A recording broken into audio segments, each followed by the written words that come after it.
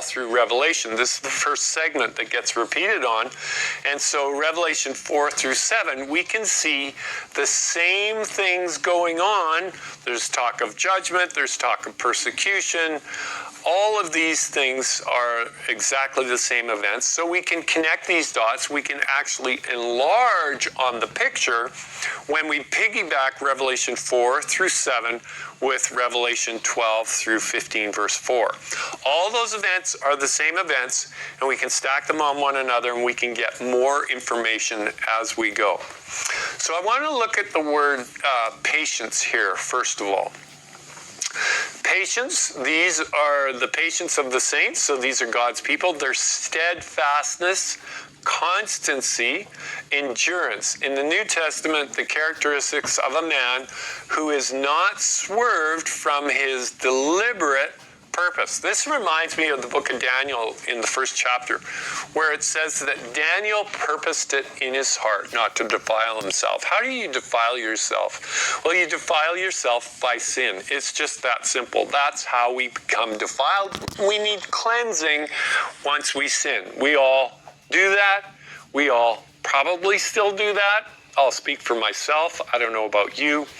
But we fall into that now and again, whether we realize it or not. And it's at that point when we become defiled, we've got to go to Yeshua and ask for forgiveness, and he cleanses us and starts us all over again.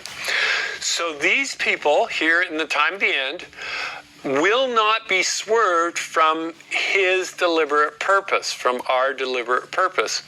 Our loyalty to faith and piety by even the greatest trials and sufferings. So this is what this word means. We don't often, here's the patience of the saints. We don't really look at really what that Greek word means, but this is really telling us a lot, because we know by the words of Yeshua that we're going to enter a time of great trial. He calls it the tribulation such as there never was since there was a nation. There's going to be a time of persecution unlike any time of persecution.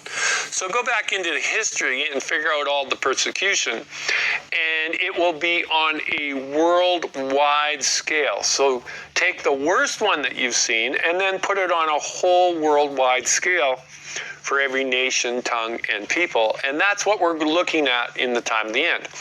Well, God's people are going to purpose it in their hearts not to defile themselves by this harlot and her ways.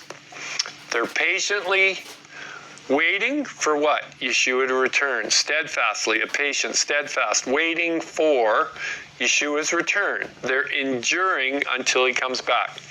Patient, enduring, sustaining, perseverance. Yes.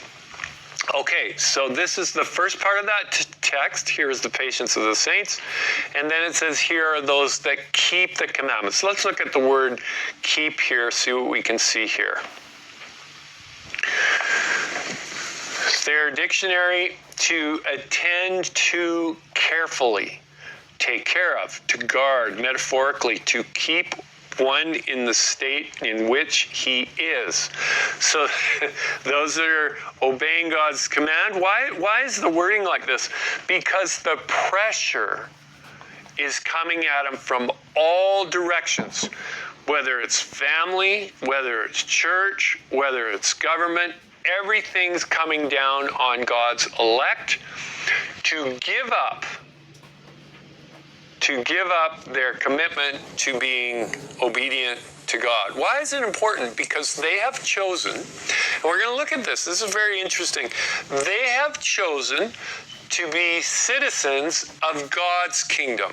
Not the earth's kingdom, not Satan's kingdom, but of God's kingdom. God's kingdom has laws, and so in order for them to demonstrate to not only those on earth, but I would say to a greater picture, those in the heavens, and we have no idea really what we're talking about when we say that. We have no idea what's out there.